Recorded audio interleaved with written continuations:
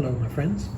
We are looking at the Nitecore MH25S with SST-40. Look how small this light is. I have it next to my EagleTech S series with XHP35 HD, and it's got a longer bezel and is taller. Both still fit in a nice jacket pocket. Here's the box.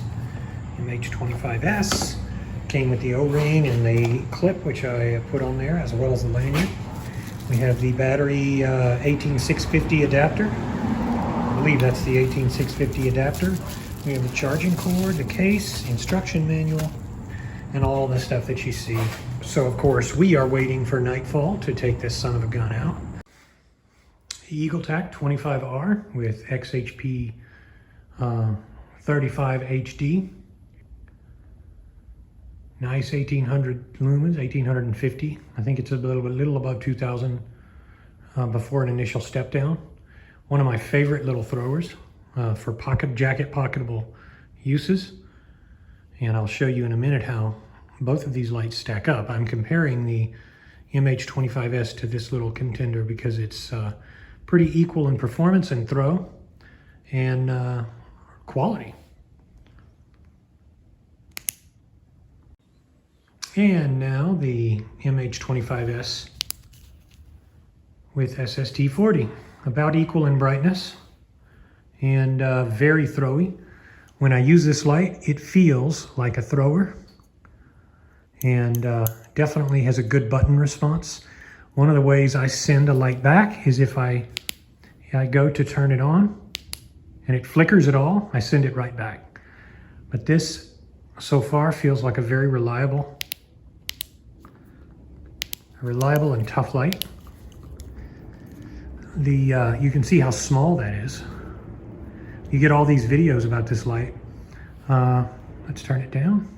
That is a very low mode. Once you get it up to the second mode, you can use it for practical tasks, and then for normal tasks, and finally for, oh, it's got two steps up to the top. You can barely see a difference between high and turbo. But okay, so moonlight, low, medium, high, and then there's turbo. Very slight difference in the top two modes. But I'm only going to be using mainly the tactical feature with the last to the top mode. Very good beam, no ugly artifacts in the beam, no notable floralization that I can see. Let me show you what it looks like in a pocket. So I'm going to put this in my pocket. That's how I carry some of my lights sometimes. And it looks good, feels good. Now you would think with a small head like this that you're not going to get a lot of throw. It's not that big. It's just not that big. It fits right in the hand, and as you've seen, it fits right in a pocket. And yet it's surprisingly throwy. So here we go with the MH25S. This is what it looks like on the highest setting, thrown. I'm gonna throw it across the way there. Very revealing beam. This just has enough throw to be qualified as an entry-level searchlight, I think. Just barely, but you would not, in traditional purposes, consider this a searchlight, but you would consider it a thrower, definitely, because it is definitely not a flutter. It's a thrower, and it's got a great maintenance of its power. It maintains until about 6 minutes, 4 to 6 minutes. It doesn't even start to step off in its intensity.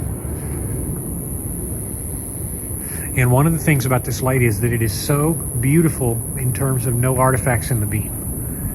Let's go over here. It's lighting an area. See, it's plenty of light for an area, and there's no distractions with an ugly beam. And here we go.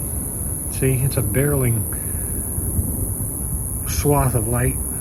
Still very definitely a thrower. Nitecore's measurements, 504 meters. That's about accurate. Oh, what is that, a possum or a kitten or something on the fence there? Can you see that? Let's see what that is. Oh, I think those two cats were fighting in the back. That one cat, they was fighting with another in the back. But I'm gonna show you how I can see mainly. Y'all just missed the howling and hissing and stuff that was going on in the back yard. So it's $100+. So whether or not you feel like you want to justify the money for something like that is always up to you.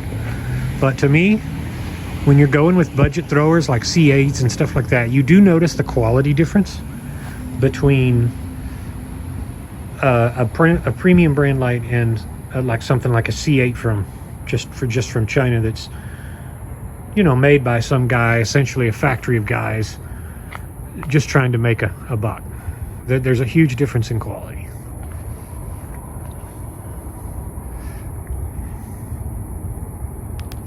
Okay, let's test. Put it up against our earlier contender, the 25R, the Eagle Tac with XHP 35 HD. This is rated at 45,000 KCD, but to me, even though the beam looks more curtailed and tight, it doesn't really seem to throw further. I think it's about the same. So the Eagle Tac is 45 KCD, and the Nitecore is oh my god, this is tough. So they're about equal, even though this is rated at 63.5, 63,000 candela versus 45.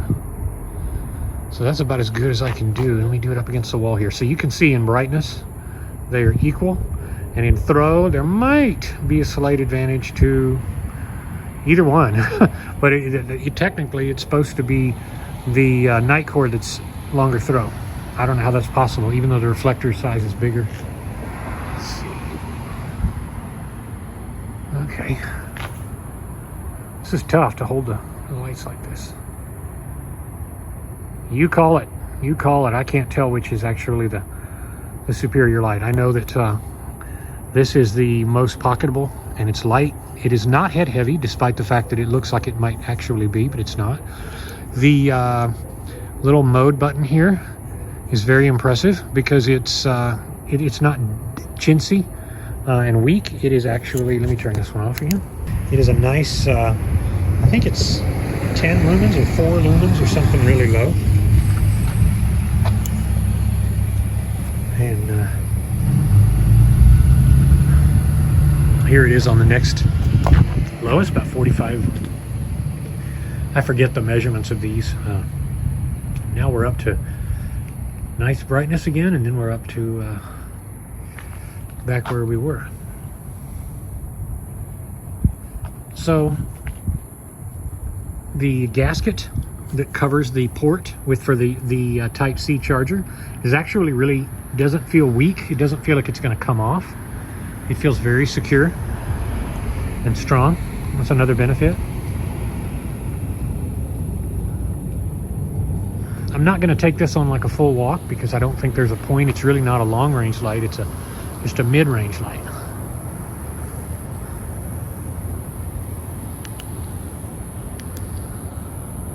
Very good mid-range thrower, and it is useful in most situations. You have to ask yourself, am I really going to be shining at things 700 meters in the distance? The answer in most cases is going to be no, you don't. So why not enjoy a good tactical carry EDC or close to EDC size light and enjoy it. By the way, I am using the stock Nitecore cell that comes in this light, and I don't know what it is about Nitecore cells that come from Nitecore. The ones you get in the light, they're actually good capacity, whereas I've had ace beams that usually are not. I've had a lot of lights that are usually not up to spec from manufacturers, except Nitecore does a really good job. Build quality, this is one of the very best. I'll put it up against any name brand Nitecore.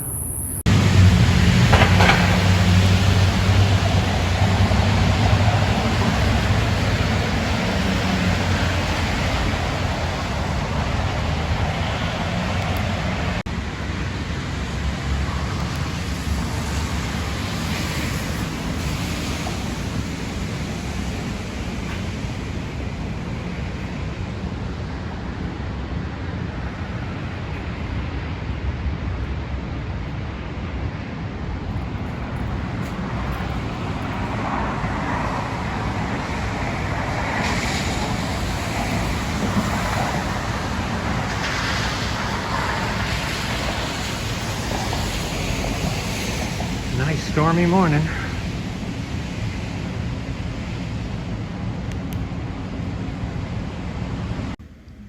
So overall, you can see in the couple days I've had it, I've already put some wear on it. I've got some anno missing here. I've been carrying it around and enjoying lighting things up. Ultimately, this I would say is definitely worth the purchase if you're looking for a high-end, mid-range to short-range tactical light.